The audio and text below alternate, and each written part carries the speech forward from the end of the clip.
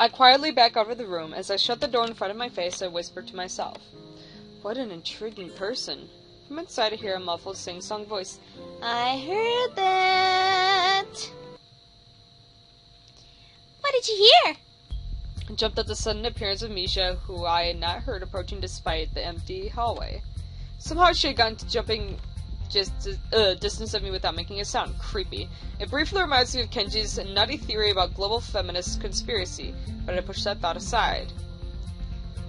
Shizune, standing slightly behind Misha, looks aloof. She couldn't have heard the remark that drew Misha's attention, but Misha is visibly excited.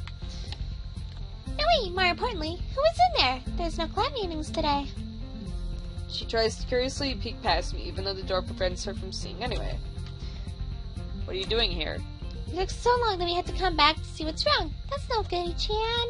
She wags a finger at me scoldingly.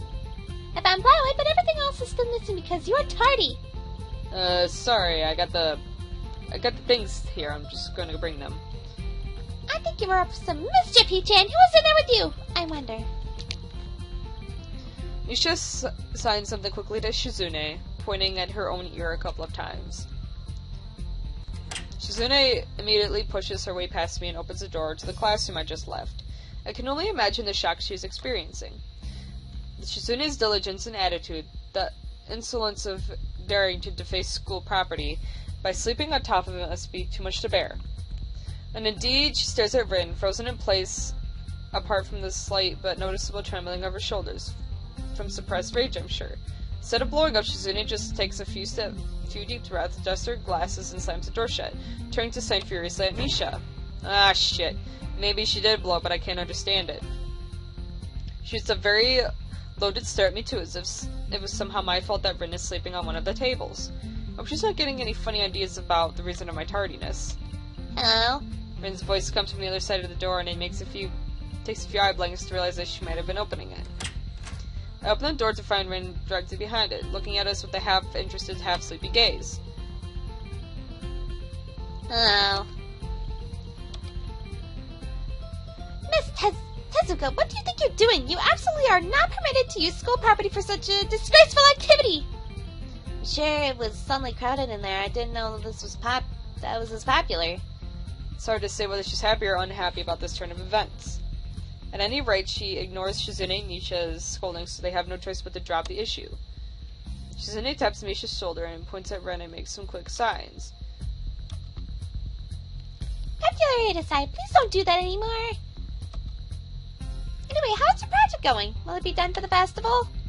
Ren looks at them blankly, apparently at ease under pressure Shizune's cold stare is putting on her. I keep wondering about that myself, too. And well, think about it harder. As Misha signs her reply to Shizune's face turns to an unsatisfied frown. Miss Tezuka, please try to take this seriously. It'll be a disaster if the wall looks like someone threw up their lunch onto it. Rin nods assertively. Well, think more seriously. Misha actually giggles at that, but Shizune doesn't. Not even after translation. She just shakes her head, takes some materials from me, and takes off with Misha in tow. And frowns thoughtfully, she looks after the retreating student council duo. How rude. It's true, though. I must finish my project before this weekend. There will be dire consequences if I don't. It's the end of the world as we know it. Like weekends usually are, but more dire. Much more dire. Maybe I'll postpone my nap to unforeseen future. I'm about to ask what project she has and what these apocalyptic consequences, but she walks back into the art classroom. So you have nothing to do. Would you give me a hand? This paint doesn't fit into my bag, but I need it. She kicks lightly at a huge can of paint that's lying on the floor next to the table she was sitting and sleeping on. It lets out a dull clang. Being the gentleman I am, I naturally pick it up. Heavy. Yeah, sure, when you need to take it. Away. And with that, she takes off to the hallway, me and my paint can following since there's no other choice for us. The hallway is quiet and empty now with Shizune and Misha gone, so we have to leave towards the stairwell at the other end. Every 10 or 15 or 20 steps, I have to change the can from one hand to another because the thin handle cuts into my palm. Whatever. Rin strolls beside me with an uneven pace, and I have trouble matching.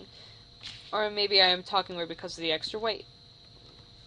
It seems one of us is constantly walking too slow or fast, and I can't figure out which. 2 flights of the stairs below, trouble appears in the form of the head nurse in his fox-like grin. Ah, Mr. Nakai, what a happy coincidence! Tezuka, too, of course. He nods courteously to Rin, who does not acknowledge him back, then turns to me because obviously it's me who he had some business with. There is something I forgot to mention on Monday. I nod and wait impassively because I can't even begin to guess what he forgot. The feeling of the handle delving deeper into my skin doesn't make me feel enthusiastic about this interruption either. It's about your medications. Since you haven't been that long in your current medications, there might be some unexpected side effects, which might require adjusting dosages or even changing to another kind of medication. So we'll do a few tests regularly, but I just want for you to keep an eye on everything in your condition that feels off, if you get what I mean. Nausea, headache, anything. Come see me if anything happens. Alright. So how are you? Everything fine? I give and drop the can to the floor before answering him. Apparently this takes longer than my biceps can handle. I'm about to say something generic as an answer, but then I realize how often I've done about it lately. Other people have asked me that too. Teachers and students here, my parents, visitors, nurses, and doctors at the hospital. Everyone seems to be unconcerned about that. It's naturally for a hospital, not so much for a school, except this school. This is a small school, and both the student base and the faculty seem to be very tightly knit. At least that's the feeling I'm getting. This is not the kind of school that gets transfer students too often. The thought censors off my spine, but I give a generic answer anyway. That's great! Also, one other thing. My sources told me that you've been in neither the school track nor of the pool, so I'd like to know if you have taken up exercising as I asked. Of course I haven't, but this way of inquiring keeps the feeling that I should have been running my ass off the track for the very first day. Have people spying on me? Not as much, I just happen to know a few people, but that's not the issue here, so just don't try to slip out of it. Well, I was actually just doing some improvised weightlifting as an exercise. I pick and lift up the cannon down a few times, like some sad intimidation of a bodybuilder, even though it's weighing down my arms painfully. The stupid grunt disappears from his face for a second, then comes back like it was never gone. Tezuka, could you give us a second? Nurse grabs me by the shoulder without waiting for Rin's permission, which he didn't need in the first place, and drags me aside. When I told you to exercise, I wasn't joking. I understand that you are still in your first week and all, but please don't ignore the importance of this. The reason I'm coming down this hard on you is that habits are not easy to form. The more you slip and postpone, the harder it will be. It's the same with everything, like dieting. Can you promise me more serious from now on? I don't want him to yell at me, so I said yes. Yeah, I promise, definitely. He says me for a moment, then shrugs, smiling again. Okay, that's more like it. If you go to school track tomorrow morning, you'll meet my spy, who probably has no qualms of offering consultation to you if you don't want to jog a bit. Consultation? See you around! Screw running, I'd rather sit on my ass. I have too much school shit to do than exercise. He leaves with a wave of his hand with no answer, and I walk to Rin, who has been waiting, idly leaning against the hallway wall and staring at the pale lighting fixtures in the ceiling. Even when I approach, she doesn't move her eyes off them. Are you getting medications for your heart thingy? Were you listening? It comes out more excusatory than I intended, accidentally lashing out on her. But even so, I don't really want to start talking about it. I just met her. I don't know her. It's not her business. The nurse seems to be happily ignorant about confidentiality, too, talking about that kind of thing in public. But it's not Rin's fault, is it? I look up at her, suddenly feeling a bit guilty, but Rin is just staring past my shoulder, quizzically, her head tilted like a bird's. I don't know why this is so hard for me. It feels like there is some inexplicable lock that prevents me from being more upfront about this. Yeah, for my heart. Will it make you better? No, not really. It just make me a little less worse. Rin keeps looking at me for a while longer, and she neither says anything further, nor displays any kind of emotion I would discern. I'm thankful that she doesn't. I think I'm still not quite used to all this. the hospital it was easy, but I still have sort of my feelings about having to live a normal life with this disability. We leave the main building and Rin leads us onwards toward the dorm. We stop at the small patch of greenery in front of the dorm building.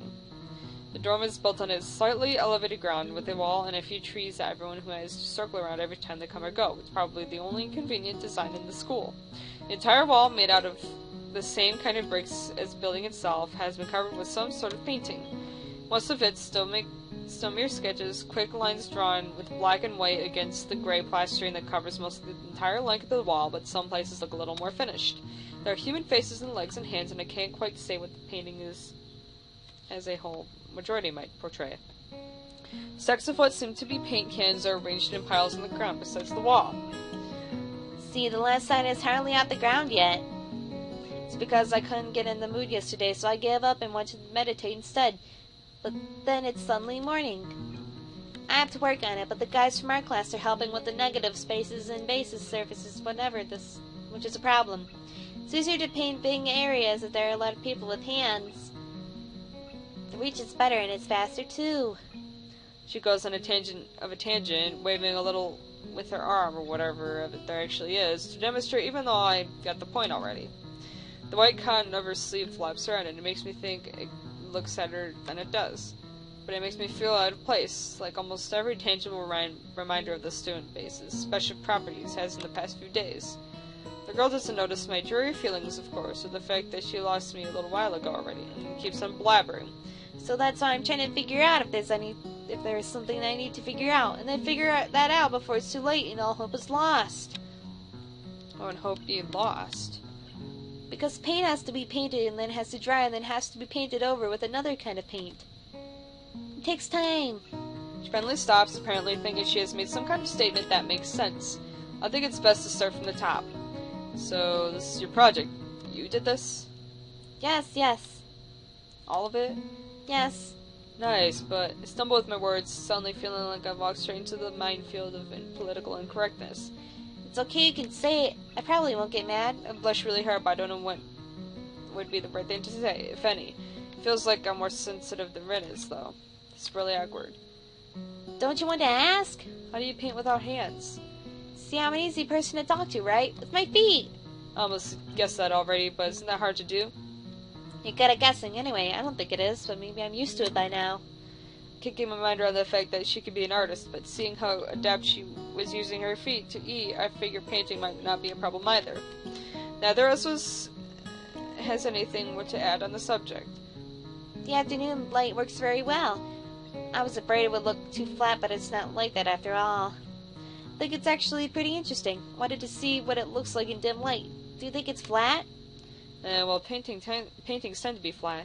Not like that flat, flat, like some people are no substance, no meat, where there should be some. Now, a few girls who... Okay, I get it, but I couldn't really tell. I'm not that good with art. I can't name any artistic terms, so I don't really have anything to say. Which shrugs her shoulders at that saying suit yourself without saying it, and looks up at the sky as trying to look for something up there. I didn't think if I'd get any actual work done, but if you give me a hand with the paint, not pants. Paints, I could do you a little before it's too dark. Wanted to get the halogen lamp like the ones they have at the sports track, but there isn't any. Rin sure is quick to recruit my help, as was Shizune. It really makes me feel that the festival is much a big project that everyone with a pair of hands is needed. Why not? I'm really sure if I can be any help, though. It's just mixing some paints. You can do that, probably. Do you have motor control problems, like, those people who have some? Cerebral palsy, maybe? Not that I know of.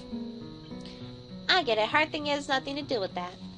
She gives me a sly look for no reason. No, it doesn't. Let's do it, then! So she sits on an empty wooden box and very naturally picks up the wide brush between her toes of her bare foot. I open a few of the cans and pour some of the contents into shallow bowls for mixing. The thick paints flow easily from the can to the bowl like syrup. I mix them, creating funny, hypnotic-looking swirl patterns that melt quickly into each other to form a new monotone hue. Ren sets to work, every now and then asking me for a hand with something or the other. Finding different brushes is easy, though, but mixing the paints to be the exact tone this girl is apparently seeing in her hand is a frustrating ordeal. Head. Not hand. She doesn't have hands. She wants precision down to the last milliliter before she is satisfied. But her instructions are obscure at best. And half a splash of green. Crouch down and pick up the can of bright green. The other green. This is green. I carefully pour some of the other green paint into the mixing bowl. No, that's almost a whole splash. More white. Is green a good color to add? No idea, you're the artist here. A hint of smile appears in the corner of her mouth. Do you like an opinion? Let's just say I have no idea. It's okay because I got an idea. Add more white. Next exclamation, I pour a minuscule amount of white into the bowl and mix it. Looks slightly whiter. It's not good. It has to be like the color when you wake up, you know, that you saw the meaning of life in your dream but can't remember. Maybe it's yellow. Despite the impossibility of mixing a color like the change of seasons or any other nonsense that's being opposed to me, I found myself enjoying it more than I thought I would.